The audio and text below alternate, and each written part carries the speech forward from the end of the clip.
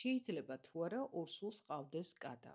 ბევრმა იცით, რომ თუ ქალი ორსულობის დროს დაინფიცირდა ტოქსოპლაზმოზით, არსებობს მაღალი რისკი, რომ ის გადავა ნაყოფზე, რაც საფრთხეს შეუქმნის ნაყოფის ჯანმრთელობას.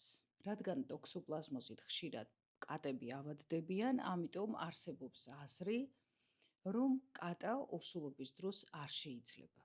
ტოქსოპლაზმოზის გადადების რისკი პრაქტიკულად არ არსებობს. თუ კატა არის სახლში, არ გადის გარეთ და არ ნადირობს ჩიტებზე და თაგვებზე. თუ კატა ყველა საჭირო წესით არის აცრილი და დამუშავებული, თუ იცავთ ჰიგიენის წესებს, რაც მდგომარეობს იმაში, რომ კატის ქვიშას ყოველდღე ცვლით.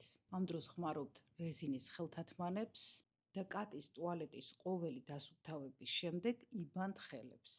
აქვე აღვნიშნავ, რომ ტოქსოპლაზმოზი შეიძლება გადაგედოს არასათანადოდ დამუშავებული ხურცისგან, ბოსტნეულისგან და სხვადასხვა უხარისხო საკვებისგან. ასე რომ ორსულებმა და არაორსულებმა გაითვალისწინეთ ჩემი რჩევები და იყოლიეთ კატები. გაიცავით ჰიგიენის წესები, რეგულარულად ჩაუტარეთ ყველა საჭირო სკრინინგი და ვაქცინაცია.